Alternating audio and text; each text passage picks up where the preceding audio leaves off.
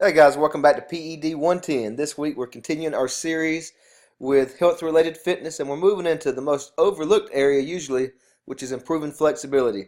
Can't emphasize enough how important it is to focus on flexibility. It's what keeps your range of motion full as you get older, and trust me, as a guy who's about to turn 40 in just a few weeks, we certainly start stiffening up and losing that range of motion if we don't intentionally focus on some stretching activities and flexibility.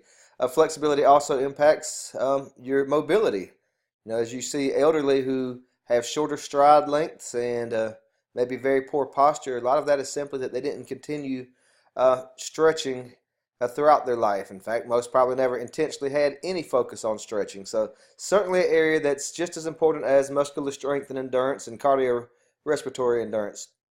So through here, this week is a pretty common week. We've got our checklist, our video, this PowerPoint, the quiz, your lab, which I'm going to go over in a moment, and the physical activity monitoring report. So let's take a look at this lab and find it. So there's two parts to this lab. The first is the sit and reach test. If you remember back to your old middle school or high school PE classes, there's a good chance that you sat at this box and had to reach out as far as you can on the box, and your PE teacher gave you a number. I realize none of us have that at home, so you will not be required to do the sit and reach test, so to speak. I would simply say how far down your leg you can reach. Can you reach to your knees? Can you reach to your shin? Can you reach your toes? Can you reach beyond your toes? All right, that's a pretty good indication of flexibility there.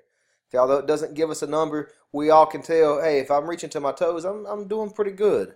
If I can only get to my knees, man, I need to work on my flexibility and continue to get some stretching exercises.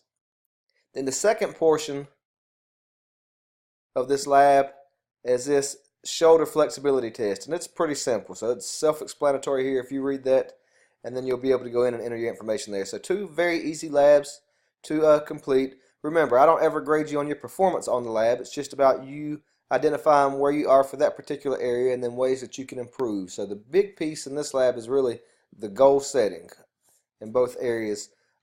Just so you're intentionally focusing on improving flexibility, or at least maintaining flexibility. Along those lines, all of you should be performing physical activity, and most of you are. We're averaging about 21 people a week out of a class of 24 submitting the physical activity reports.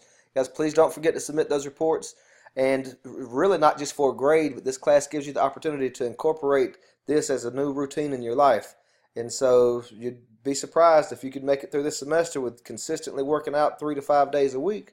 That's something that would likely stick with you beyond this class. So continue to stick with that. But even more importantly, if you are working out, you should, as you learned in the previous chapter, be doing a warm-up, which should include light cardiovascular activity, but also stretching.